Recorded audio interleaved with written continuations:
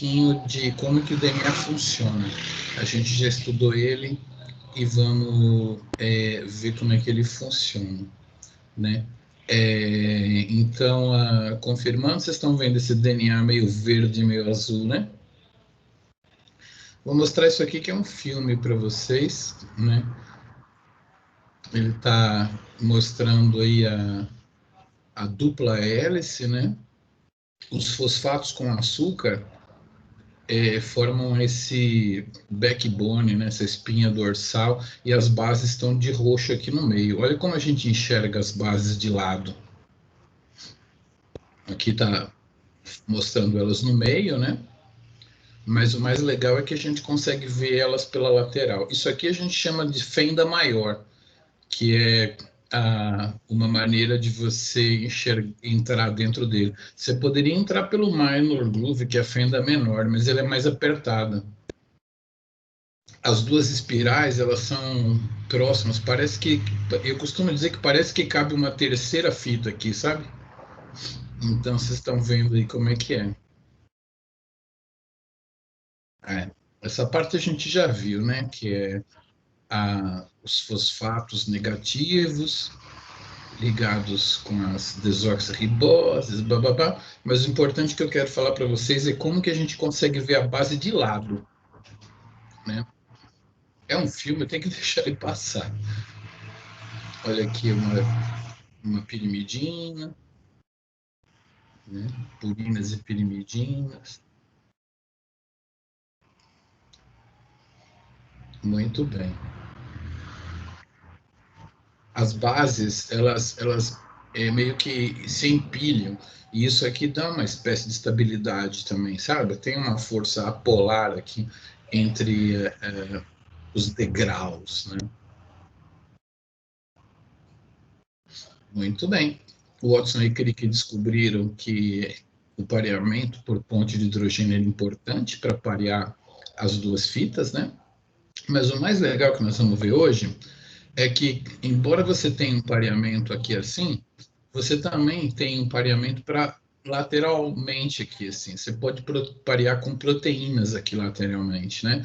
Você sempre tem os grupos que podem reagir, desde que você consiga entrar aqui dentro. Então, aquela fenda maior é melhor. Então, aqui, por exemplo, pode entrar uma proteína e se ligar por pontos de hidrogênio nesses grupos aqui. Eu vou mostrar melhor no desenho lá depois, né? Isso aí. Então vamos parar de pensar na ponte de hidrogênio entre elas, mas numa ponte de hidrogênio que a gente pode fazer com a lateral delas, tá vendo? A lateral delas pode interagir com uma proteína aqui do lado. Então vamos ver isso daí hoje. As proteínas que vão interagir é que vão mudar a gente de mundo, né? A gente vai começar a ver como que o RNA funciona, beleza? Então deixa eu passar aqui agora para um slide. Às vezes a gente dá aula no Zoom, dá aula no outro, no outro software e que se complica um pouco.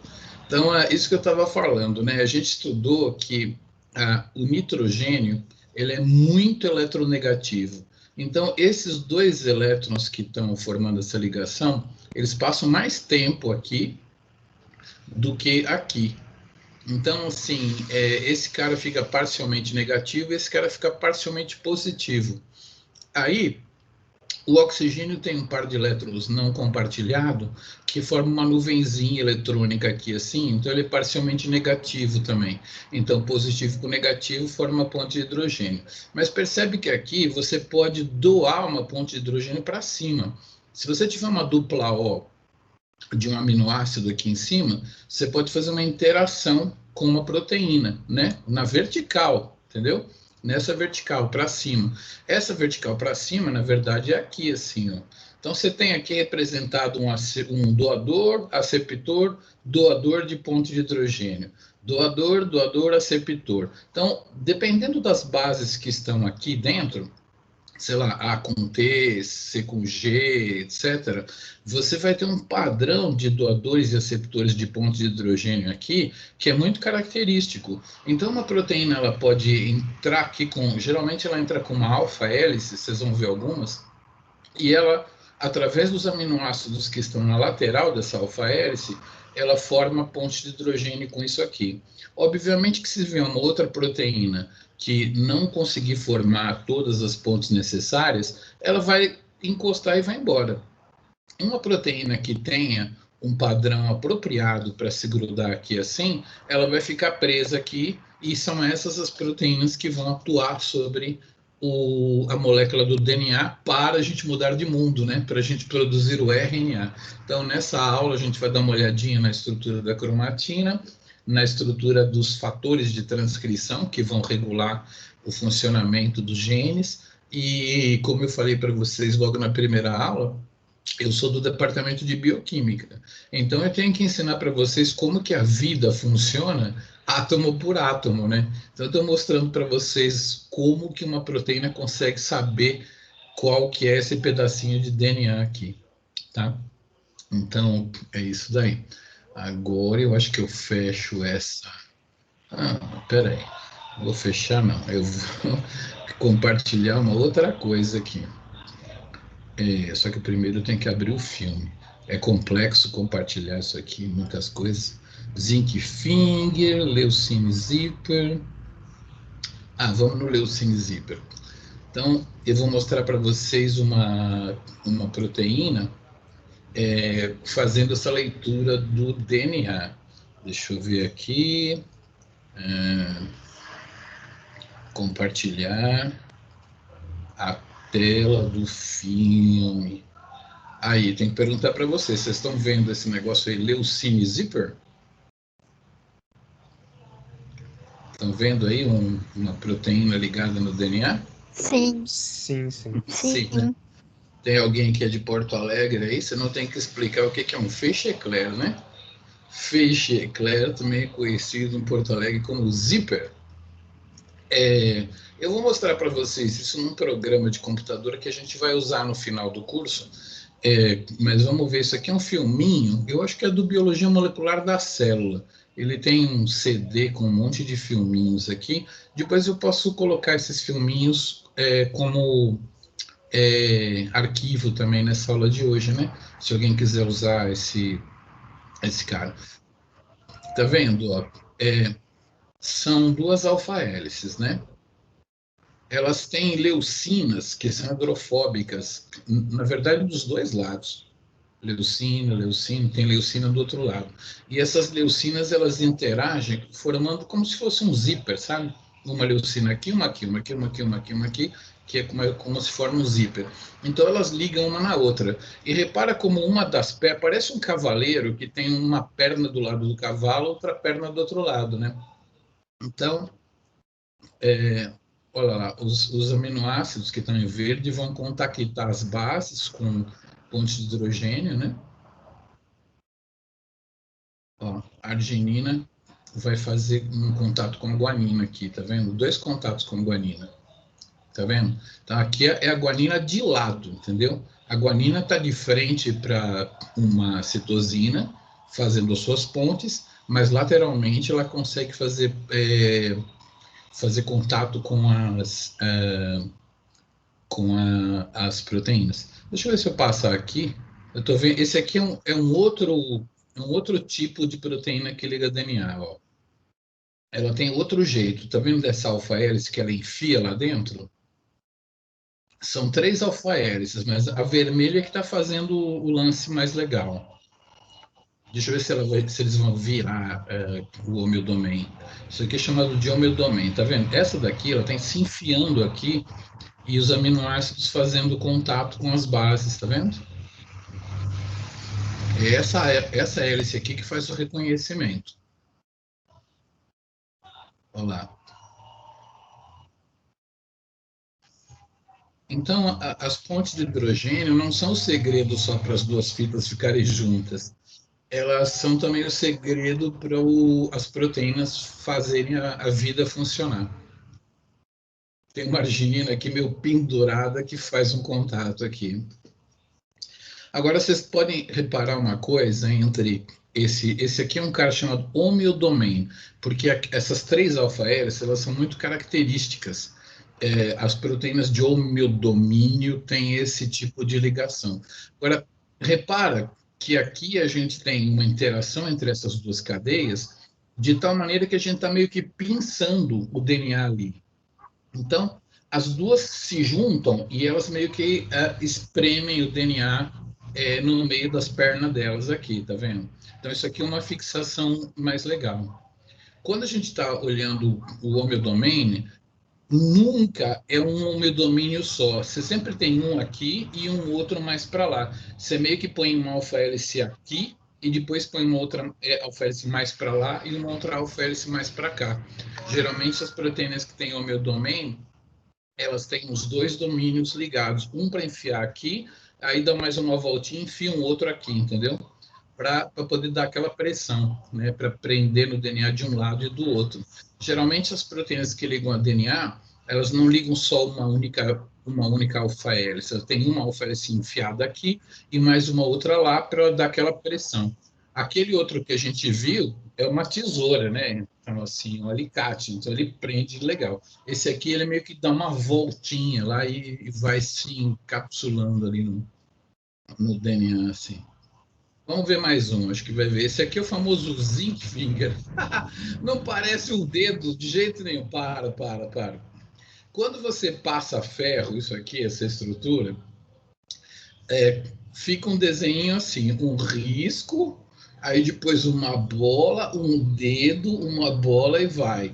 Aí chamaram isso de dedo de zinco, mas não, a estrutura não parece um dedo. Essa alça aqui parece um dedo quando você desenha ela reta, assim, vai assim, assim um dedo e assim vai, mas parece um dedo. É uma alfa-hélice, aí tem uma fita beta aqui assim e uma outra fita beta aqui assim. Essa estrutura, ela tem um certo grude, né? Porque ela fica mais ou menos posicionada assim. Mas quem vai pegar o DNA mesmo é essa hélice aqui. Ó. Vamos ver se ele vai mostrar isso aqui. Tem um zinco que é crucial para manter essa estrutura aqui. As cisteínas grudam por esse lado e duas histidinas grudam nesse zinco aqui. Então fica uma estrutura presa por esse zinco. Precisa do zinco aí. Agora vamos ver como é que esse negócio aqui vai entrar dentro do DNA. Olha lá, é aquilo que eu falei. Tem um verde, tem uma alfa-hélice vermelha e uma alfa-hélice azul. São três zinc fingers que estão se enrolando para dar uma pegada legal, entendeu? Olha lá, quem está fazendo a conexão mesmo são os resíduos da alfa-hélice. Essas argininas aqui ficam grudando nas bases. É tudo ponto de hidrogênio, na verdade. Mas vocês estão entendendo que é um padrão sofisticado, né? É uma coevolução, né? Onde a proteína evolui junto com a sequência de DNA para que três grupos de zinc finger reconheçam as bases ali do jeito que elas estão e esse negócio fique grudado lá, tá? Então, é um negócio que coevolui. A arginina ligada lá nas bases, tá vendo os pontos de hidrogênio, tá? Então, nada de ficar imaginando uma proteína com os olhinhos, assim, olhando o DNA e falando assim, eu vou grudar aqui. Então, vocês já aprenderam como é que esses negócios grudam, né?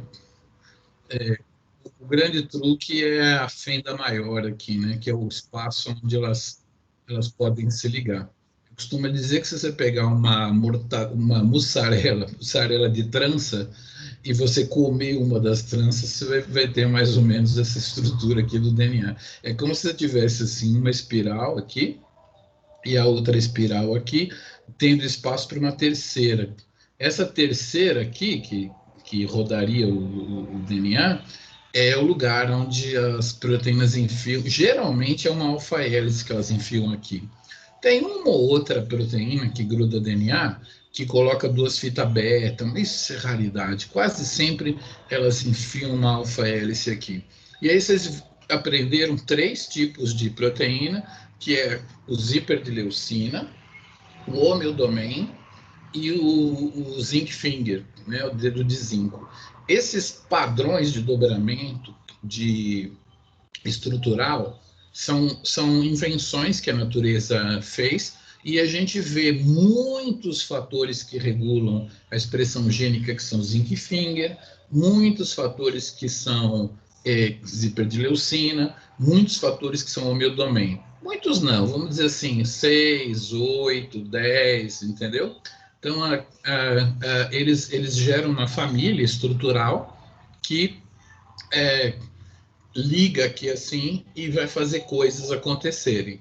Só que para a gente entender as coisas que acontecem para o DNA começar a transcrever, eu tenho que levar vocês a um outro passeio. Eu tenho que contar para vocês também da estrutura da cromatina. E eu vou dar um spoiler aqui, que é o seguinte: as proteínas que regulam transcrição, todo mundo pensava que elas reconheciam só o DNA. Elas não reconhecem só o DNA. Elas reconhecem o DNA e um pedacinho das estonas que fica para fora, assim, tá? Então, é nessa viagem que eu vou levar vocês hoje para conhecer as estonas. Deixa eu ver agora como que eu vou compartilhar para a gente ver as estonas. Acho que Ô, elas estão aqui. professor, Fala. esses 3 tipos de enzima que reagem, que entram lá no DNA, Aprende o ela... nome. A gente chama de fator de transcrição. Isso. Transcription factor. E aí, Esses são as fatores de 3... transcrição Oi? são 3 tipos que eu te mostrei, né? Sim, mas aí entram as 3 no mesmo DNA ou depende, varia?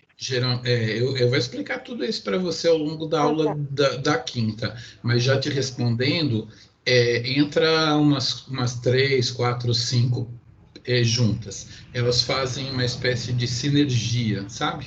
Uma Entendi. só, uma só faz um pouquinho, mas não consegue fazer tudo.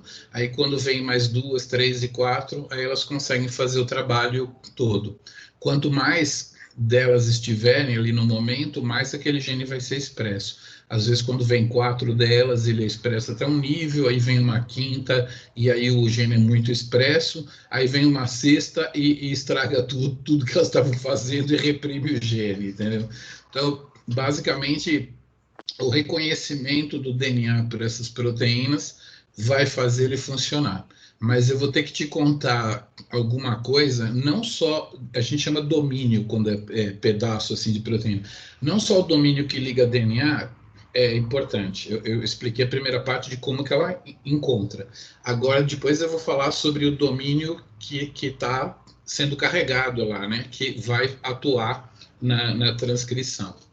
Mas antes de falar da transcrição, eu tenho que contar para vocês um pouquinho da estrutura da cromatina, e eu já dei um spoiler para vocês, que é o fato de que a gente pensava antigamente que as proteínas ligavam no DNA e faziam ele funcionar. Não é verdade, tem que ligar no DNA e tem que ligar na cromatina. Então eu tenho que contar para vocês que o nosso DNA ele é empacotado por proteínas que são básicas. Proteína básica porque elas são ricas em aminoácidos, cuja cadeia lateral tem um grupo amino protonado, né? Nem sempre é NH3+. Se você quiser pensar que a cadeia lateral tem um NH3+, só para facilitar, beleza. Mas às vezes é um NH2+, né? São grupos amino que vão ficar protonados em pH 7, pH 6,5, e vão ter carga positiva. Isso é muito interessante porque essas cargas positivas facilitam essas proteínas agarrarem o DNA, porque o DNA é negativo por fora, né? Por causa dos fosfatos. Então, eu queria apresentar para vocês, vocês estão vendo a minha câmera, né? Vou ter que fazer uma coreografia aqui também para explicar essa matéria. Vou introduzir aqui para vocês as estonas, né? E eu vou apresentar para vocês essas 4 aí: a estona H3, a estona H4, a estona H2A e a estona H2B. Eu tenho que ser honesto com vocês, A gente, quando fala numa aula, a gente fala que tem uma histona H3 só, uma histona H4, uma H2A e uma H2B. Mas, na verdade, tem uma H3.1, H3.2, H3.3. Quando vocês tiveram aula de glicólise, aula bioquímica, alguém falou que a gente tinha uma enolase. É mentira, a gente tem 3. Uma hexocinase, a gente tem 4. Né? Então, a gente facilita um pouco quando a gente dá aula, mas a gente é cheio de genes duplicados no nosso genoma, né? Mas, assim, para uma aula mesmo, a gente faz de conta que só tem uma H3, uma H4, uma H2A e uma H2B. Elas formam dímeros primeiro entre si, H3 com H4 e H2A com H2B. Aí você tem 2 dímeros de H3 e H4, 2 dímeros de H2A com H2B. Então, no fundo, são 8 histonas para formar uma bolinha, que é a estrutura que a gente chama de octâmero, porque tem 8. E são as histonas octaméricas que vão formar aquela bolinha. Muita gente se engana e chama isso de nucleossomo. O nucleossomo é o octâmero mais o DNA que se enrola nele. Tá? O DNA faz parte. O octâmero seria uma conta de um colar de contas, onde você tem uma bolinha e um fio que vem aqui, dá 2 voltas e sai. Né? O nucleossomo mesmo envolve o DNA mais o octâmero. Mas se você quiser chamar esse octâmero de nucleossomo também, ninguém vai reclamar muito. Essas proteínas são pequenas. Proteína de 100 aminoácidos é pequena para o nosso genoma, sabia? Quando a gente faz uma eletroforese de proteínas, as histonas, como vocês podem imaginar, elas estão numa estequiometria, numa concentração altíssima na célula, né?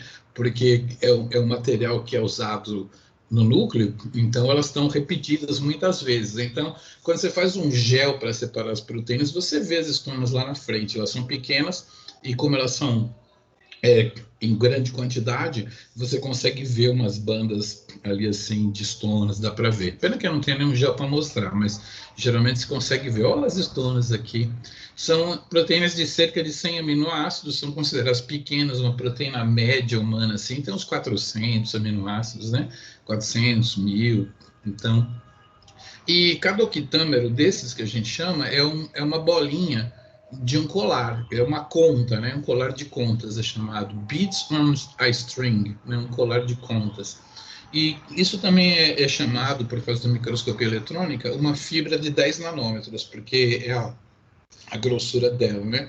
Basicamente a grossura das bolinhas. Essa fibra de 10 nanômetros é chamado como um colar de contas, vocês vão ver aí na microscopia eletrônica, vocês devem ter visto isso em umas matérias aí que falam de DNA, né? Muito bem. E depois eu vou falar das espaçadores, né?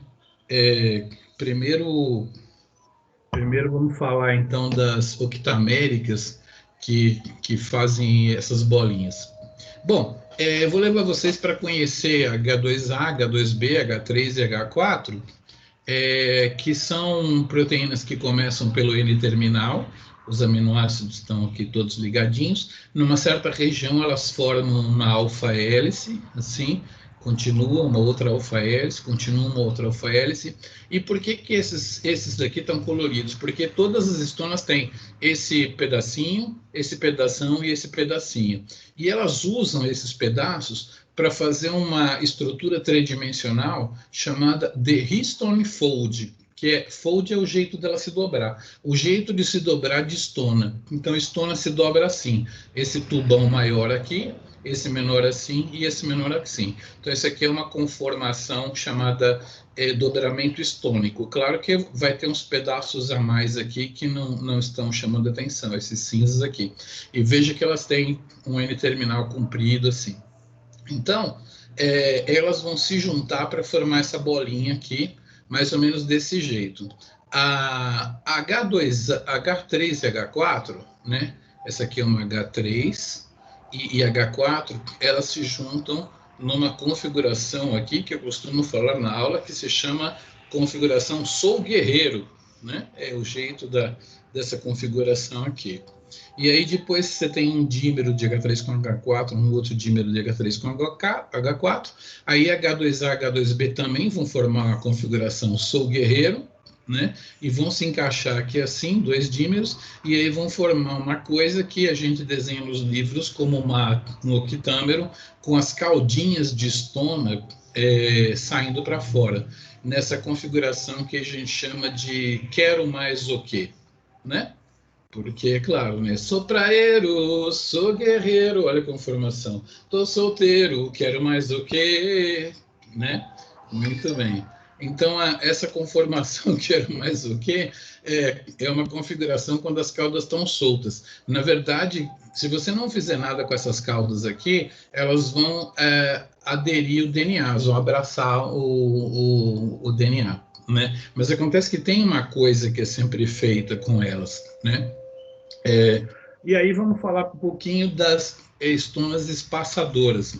Como tem uma bolinha e o DNA enrola numa bolinha, depois enrola na outra, depois enrola na outra, alguma coisa acontece entre as duas bolinhas, que é esse espaçador. Em inglês é chamado de linker, né? Nesse linker aqui, as estonas do linker, elas vão grudar na entrada e na saída das duas voltas que você dá aqui. Ela liga, tipo assim, você dá uma volta e outra volta, a estona, ela meio que passa um durex aqui na entrada e na saída dessa, depois ela tem outro nucleossoma aqui, dá duas voltas, ela gruda a entrada e a saída aqui assim, e aí fica uma estona em cima da outra, assim, como se fosse, na verdade, um cacho de uva, né? Os cachinhos ali seriam as estonas espaçadoras, e os nucleossomos vão ficando, né? Os octâmeros vão ficando pendurados ao derredor. E isso forma a famosa fibra de 30 nanômetros, que é nada mais do que a fibra de 10 nanômetros aglomerada, por causa dessas estonas aí. A mais famosa é a estona H1, mas existem variantes como a H5, H10, né? No caso a H5, ela é conhecida por empacotar de uma maneira definitiva o núcleo de uma hemácia de galinha. Se você pegar uma hemácia de galinha, de aves, né?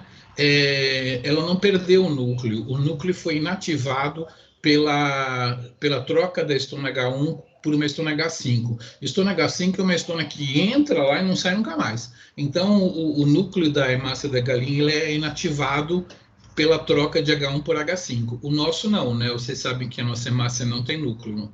O núcleo é degradado. Elas têm 200 aminoácidos, vão se ligar na entrada e na saída do DNA do nucleossoma e formar fibra de 30 nanômetros. Então, você tem aqui o DNA, você tem a fibra de 10 nanômetros, que no microscópio eletrônico fica assim. É legal, ó, dá para ver realmente os octâmeros e o espaçador, também conhecido como linker. Com a participação de magnésio e da estona espaçadora, esses caras se aglomeram numa estrutura que... Tem pessoas que chamam isso de solenoide, mas é a fibra de 30 nanômetros, que é essa daqui. Tá? Então, quando a gente for falar na próxima aula de expressão gene, de produzir um RNA, nós vamos estar falando de achar ele aqui e abrir ele, pelo menos para assim, né? Ou, se possível, assim, para o gene funcionar. Então, nós vamos trabalhar com essa ideia de cromatina fechada, cromatina aberta, cromatina fechada, cromatina aberta. Aí, esse fio aqui, o fio de 30 nanômetros, ele forma alças, né? E essas alças, elas se aglomeram para formar o cromossomo. Então, o cromossomo nada mais é do que alças da fibra de 30 nanômetros, e a fibra de 30 nanômetros a gente vai estudar na próxima aula como que ela abre para o gene funcionar. Beleza? Então, vou mostrar acho que para vocês o cromossomo. Essa aula é curta, né? Então, eu vou contar para vocês que a cada 10 anos, assim, ou mais, existe um evento que é um grande congresso sobre estrutura de cromatina. Quando eu estava fazendo pós-graduação, eu estudei o primeiro evento, né? Eram 3 volumes, o meu chefe tinha. Aí a gente estudava os capítulos daqueles 3 livrões assim. Todo mundo que trabalhava com cromatina tinha ido nesse evento e dado palestras e tal, e era uma semana de evento, muito legal. Quando eu estava fazendo pós-doutorado nos Estados Unidos, teve esse evento de novo, cara, e eu conheci todo mundo que trabalhava com cromatina. As pessoas que eu li os papers, estava tudo lá. Eu conseguia falar com eles, tal, ver, estava todo mundo, absolutamente todo mundo. E tinha um cara que é autor de um modelo da estrutura do cromossomo. A estrutura do cromossomo é uma coisa cheia é coisa de bruxa, né? Fazer banda em cromossomo. Eu fiz vários cursos com umas bruxas francesas que mostravam o método de usar umas cascas de árvore para o cromossomo ficar bandeado. Isso aí é um monte de química experimental mesmo para fazer aquelas bandas cromossômicas. Aí esse cara foi lá e apresentou o modelo do cromossomo. Ele falou assim: quando eu extraio as histonas, eu vejo que o DNA ele forma alças assim que se estendem e que estão ligadas num esqueleto, né, cromossômico.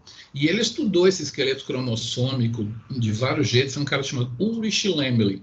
Por acaso, esse cara inventou o gel de poliacrilamida desnaturante para proteína. E por acaso eu fui falar com ele no final da palestra dele, e um monte de gente fazendo pergunta e não tinha entendido nada do modelo dele. Aí eu fiz uma pergunta que tinha tudo a ver. Ele falou: Você entendeu o meu modelo? Eu falei: Claro que eu entendi. Assim, assim, assim. Isso, exatamente. Explica para eles aqui que eles não estão entendendo. Porque, na verdade, eu já era fã desse tipo de trabalho e, claro, que eu entendi a proposta dele. O que ele acha é que o cromossomo ele tem material de esqueleto cromossômico que, em alguns lugares, ele vem até a superfície, assim, ó, formando umas espécies de discos, e num outro lugar ele é meio esticado só no meio. E o DNA, ele se gruda formando alças pequenas nesses lugares aqui e alças muito grandes nesse lugar aqui. E conforme as bruxas fazem os tratamentos químicos, elas veem que a gente tem uma banda chamada banda Q ou banda G e aqui uma banda R, né? Tem um método, por exemplo, que é você descascar a cromatina com tripsina e depois corar com uma casca de árvore, que é o corante Giemsa. Aí, esses caras aqui descascam mais e aí você cora esses caras aqui, né? Então, fica a banda G colorida e a banda R branquinha. A banda G colorida. Banda... Aí tem um outro tratamento que cora a banda R e não a banda G. Né? E aqui na crina cora a banda G, coincide com a banda G. Então ele explica mais ou menos como seria o modelo do cromossomo segundo a concepção das alças. A alça em cromatina é uma coisa muito famosa, muito importante para a gente entender o funcionamento dela, os domínios cromatínicos. Então, a alça de cromatina é um conceito que vem até funcional para a gente entender cromatina funcionando. E aí ele propõe essa estrutura e tipos de alça diferentes, alças longas, alças curtas, alças longas, alças curtas. O que eu quero dizer para vocês é que se você fizer um tratamento de banda cromossômica em vários animais, serpente não tem banda, não. Ela não tem esse tipo de organização. Esse tipo de organização você só começa a ver nos mamíferos, tá? Ave também você não vê banda cromossômica, você só vê em mamífero. É uma estrutura muito louca e que só existe mesmo mais recente na evolução. Todo mundo tem cromossomo? Tem, mas o nosso cromossomo é diferente, ele é organizado assim. E quando a gente estuda a replicação, a gente sabe que essas bandas replicam primeiro. Primeiro replica todos os pedaços R do genoma, aí tem uma pausa, aí replica os pedaços G, né? Então, tem várias coisas sobre cromossomo que a gente vai aprendendo aí que são importantes para a biologia mesmo. Então, ele contou isso aí para mim e tal, e depois de noite ele falou assim: Você é brasileiro, vamos jogar totó aqui. Aí tinha só uma mesa de totó, um monte de gente no congresso, não tinha mais nada para fazer, e quem perdia saía, né? Aí a gente ganhou até amanhecer, principalmente porque quem estava esperando para jogar ficava tomando cerveja e quando entrava na mesa era fácil para a gente ganhar. Então nós jogamos totó a noite toda até amanhecer lá, até o bar fechar. Eu e o Ulrich Lemele, um cara que é um grande especialista em estrutura de cromatina, e eu vi ele lá. Eu acho que já teve agora mais um evento desses, não me lembro direito qual ano, mas sempre tem a cada 10 anos esse grande evento de estrutura de cromatina. Então, o que acontece? Na hora que o núcleo vai funcionar, porque no cromossomo você está empacotando ele para dividir, mas na hora que o núcleo vai funcionar, você tem o esqueleto do cromossomo, ele meio que se espalha assim, né? E é sabido que quando você pega um núcleo, se você conseguir corar, isso existe, tem jeito de você corar o cromossomo 1 com uma cor de fluorescência, o cromossomo 2 com outra cor de fluorescência. Na verdade, você vê que os cromossomos eles se separam assim, né, para formar o núcleo, e depois eles fluffy, entendeu? Eles não se misturam com o outro. É um monte de cromossominho de pelúcia, tudo solto, mas eles não. Existe um domínio cromossômico. Um pedaço do núcleo é de um cromossomo, o pedaço vizinho é do outro, sabe? Então, na verdade, os cromossomos vão na anáfase, né? E depois eles fluffy, desincompactam e formam um núcleo, mas com domínios cromossômicos. É muito bem visto isso daí. Pena que eu não tenho um slide aqui, mas deveria colocar. Fala. Eu fiquei com uma dúvida a respeito daquela banda que você falou. Essa banda R, como que ela replica primeiro que a outra? Porque na minha ideia era, tipo, pegava uma partinha do DNA e ia fazendo toda. Como que é feita primeiro? Não pode muito não. Sabe por quê? Porque para fabricar o DNA, você pega eles e traz eles para o meio do núcleo, né? Eles estão mais periféricos assim nos cromossomos, você traz eles para o meio do núcleo. Aí você traz um pedaço, aí o outro pedaço não. Um pedaço sim, um pedaço não. Um pedaço sim, um pedaço não. A replicação ela é feita em pedaços. E os pedaços que são replicados antes são os pedaços que são mais expostos, que tem estonas, que eu vou contar na próxima aula, acetiladas, né? Então, essas alças grandes, além de elas serem grandes, os nucleossomos que estão aqui, eles têm as estonas mais modificadas quimicamente. É uma cromatina mais acessível, tá? Então, a banda R é uma cromatina mais acessível. Se você tiver um gene aqui, é mais fácil expressar ele, porque ele está aberto. É mais difícil você reprimir ele.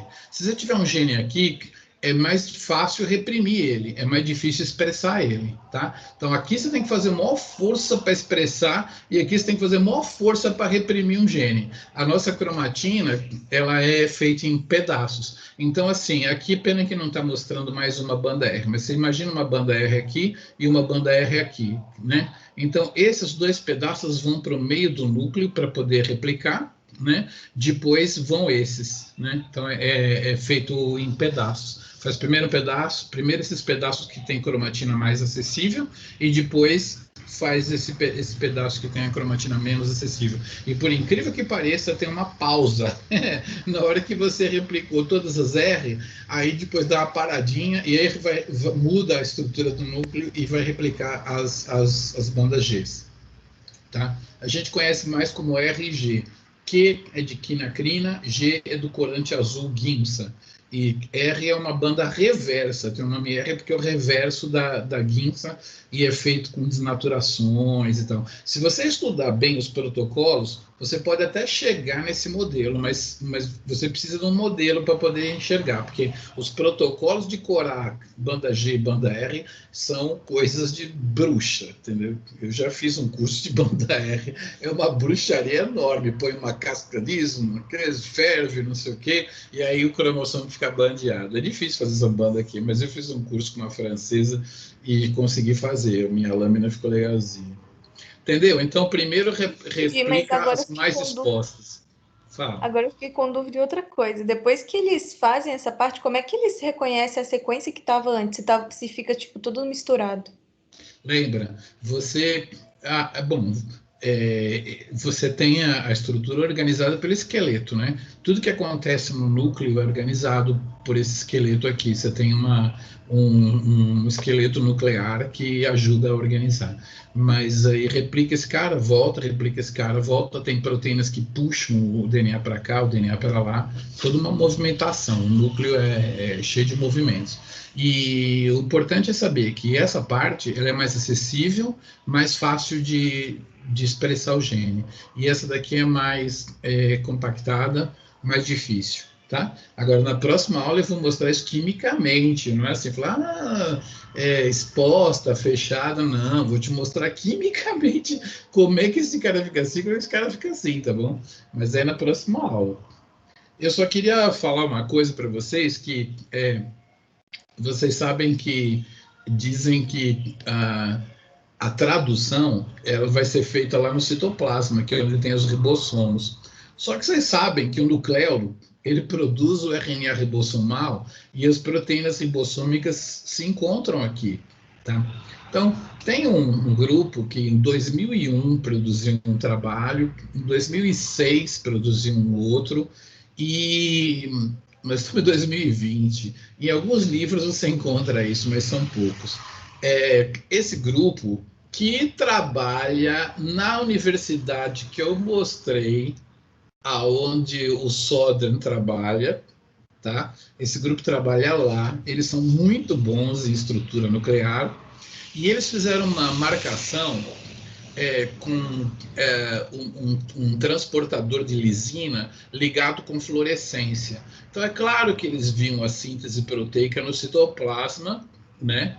E parece ausente no núcleo. Só que conforme você vai estudar de perto, na verdade, o núcleo ele está fazendo tradução.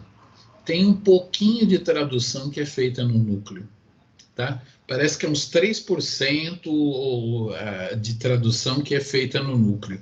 E eles fizeram uma coisa assim, eles são uns caras muito bons de preparar esse tal de esqueleto nuclear, e eles marcaram um RNA com bromo e usaram um anticorpo contra bromo que tinha uma partícula de ouro grande.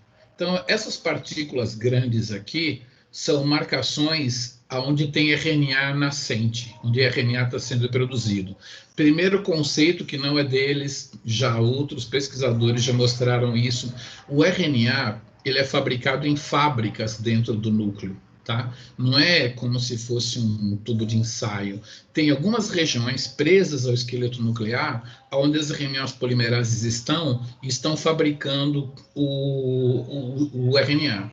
Então, a expressão gênica ela é coordenada nessas fábricas. Se você tem um gene e você leva ele para a fábrica, ele vai ser produzido o RNA dele. Se você tira ele da fábrica, ele não vai expressar. Então, existe isso nas fábricas. Agora, olha que coisa interessante, eles marcaram com biotina, uma partícula de ouro pequenininha, e eles viram que nas fábricas de RNA, você tem também uma fabricação de proteína.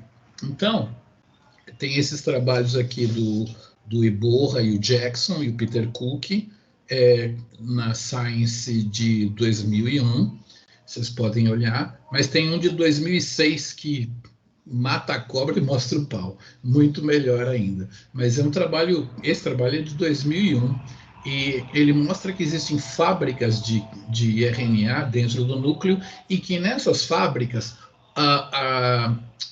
tem ribossomos ativos fazendo um primeiro teste. Imagina, você vai produzir maionese, você não vai fazer um teste lá na fábrica para ver se a maionese está estragada, se está boa, se desandou, né? Então, parece que o RNA ele é testado por algum ribossomo dentro do núcleo, e se ele estiver bem feito, aí ele é exportado para fora do núcleo. Tá? Então, ficou esse conceito do Peter Cook, o Jim Jackson, de que o esqueleto do cromossomo, ele quando você desespiraliza o cromossomo, ele forma um esqueleto nuclear, o qual é chamado por uns trabalhos de nucleoskeleton, né? Eles chamam de nucleoskeleton, nuclear matrix, matriz nuclear, ou também chamado pelo grupo do Lemley, aquele meu parceiro Totó, de scaffold, que é um arcabouço, assim. Scaffold é aquilo que o prédio tem, né, aquele arcabouço para você fazer o prédio, né, aquele esqueleto do prédio chama scaffold. Então, as fábricas de RNA existem. E, assim, o próprio grupo do Peter Cook mostra também, né, respondendo aquela sua pergunta, que existem fábricas de DNA. Então, uma fábrica se organiza para replicar as bandas R, depois uma fábrica para replicar as bandas G, entendeu? Então, é tudo em fábrica, tudo é feito em estruturas, né? E dizem que, então, que há ribossomos testadores de RNA mensageiro na fábrica, tá?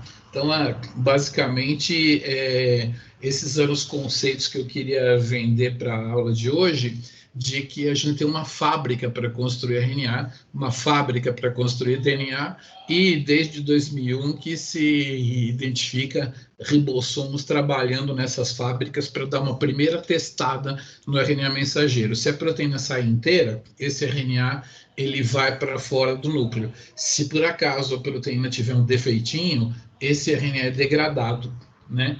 Então, é um mecanismo que pode ser estudado. Aí eu queria fazer propaganda para vocês que existe toda uma área de pesquisa sobre estrutura nuclear, como que ela funciona, e é apaixonante. E eu fiz o meu pós-doutorado nisso, um pouquinho do meu doutorado já era com alças de DNA, e existe um monte de gente trabalhando com isso, de tentar entender como que é a biologia molecular de fato lá na estrutura nuclear, né?